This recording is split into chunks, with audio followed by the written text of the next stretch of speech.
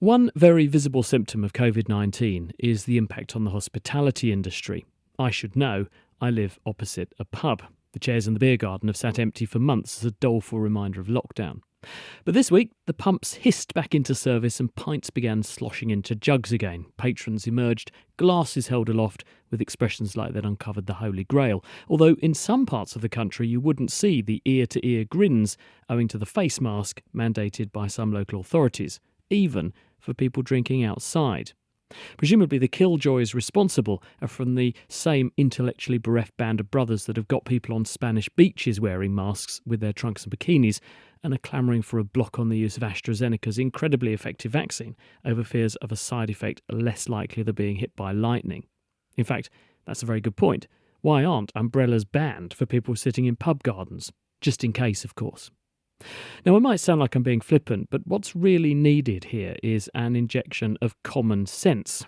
The outdoors is not the enemy, quite the opposite, and demonising outdoor activities by pursuing walkers with drones, making social interactions unpleasant and frightening people into not sitting on a park bench through fear of contamination is actually likely to be counterproductive in the long run. Apart from promoting lockdown fatigue and fueling an existing pandemic of obesity and inactivity, it will undoubtedly drive people to indulge in covert indoor get-togethers where the absence of peer oversight means they're much less likely to drink and behave responsibly. In other words, it's the indoor space that's the elephant in the room. This is a sentiment echoed recently in an open letter penned in Germany by specialists who work on the behaviour of aerosols, in other words, things like viruses that move through the air. We know this well. As England's Chief Medical Officer Chris Whittier has pointed out many times, the risk of catching COVID indoors is far higher than that through outdoor contact.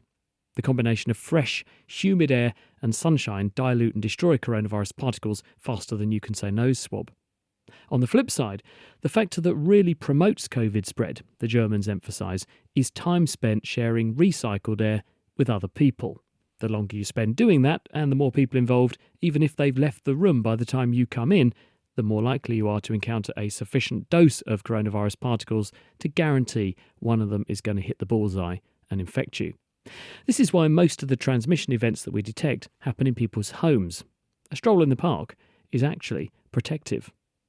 So what we should be doing now, while the weather's good, is encouraging people to get outside and, while they're out of the way, use the opportunity to rip the unhealthy guts out of our existing office and leisure spaces, install 21st century ventilation and air purification systems, and make windows that can actually be opened. It's the crowded, poorly ventilated leisure and living spaces that are the demons, not the beer garden.